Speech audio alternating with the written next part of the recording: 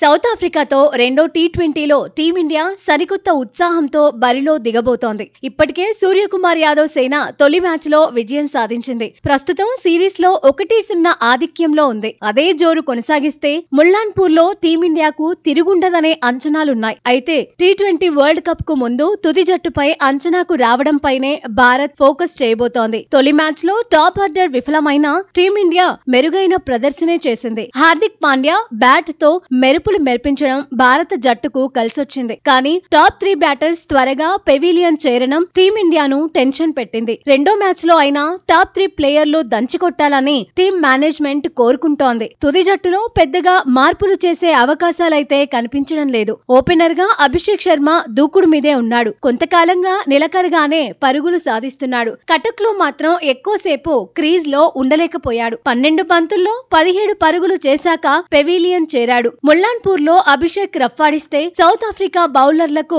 కష్టాలు తప్పవు. అభిషేక్ విషయంలో టీమ్ మేనేజ్మెంట్ కు ఎలాంటి టెన్షన్ లేకపోయినా శుభ్మన్ గిల్ ఆట తీరే హాట్ టాపిక్ అవుతోంది. టీమ్ మేనేజ్మెంట్ మద్దతుగా నిలుస్తున్నా శుభ్మన్ ఇంకా గేర్లు మార్చలేకపోతున్నాడు. టీ20 వరల్డ్ కప్ లోనూ ఓపెనర్లుగా అభిషేక్ గిల్ ను కొనసాగించడంపై టీమ్ మేనేజ్మెంట్ ఫోకస్ పెట్టినట్లుగా కనిపిస్తోంది. దీంతో వైస్ కెప్టెన్ గా మరింత బాధ్యత తీసుకోవాల్సిన పరిస్థితిలో శుభ్మన్ ఉన్నాడు. మూడో స్థానంలో సూర్యకుమార్ యాదవ్, 4వ స్థానంలో తిలక్ వర్మ భారీ అంచనాల మధ్య బరిలో దిగబోతున్నారు. పరిస్థితులను బట్టి ఇద్దరి స్థానాలు అటు ఇటుగా మారే అవకాశం ఉంది. గత మ్యాచ్ లో 5వ స్థానంలో అక్షర్ పటేల్ బరిలో దిగాడు. ముల్లాన్పూర్ లోనూ అక్షరే బరిలో దిగుతాడా లేదంటే శివం దూబేను పంపిస్తారా అనేది కూడా ఆసక్తికరమే. గత మ్యాచ్ లో హార్దిక్ పాండ్యా 6వ స్థానంలో బ్యాటింగ్ కు దిగి హాఫ్ సెంచరీ కొట్టాడు. ముల్లాన్పూర్ లోనూ పాండ్యాను 6వ స్థానంలోనే ఆడించే అవకాశాలున్నాయి. లోయర్ ఆర్డర్ లో జితేష్ శర్మనే కొనసాగించే ఛాన్స్ కనిపిస్తోంది. దీంతో సంజు శాంసన్ ను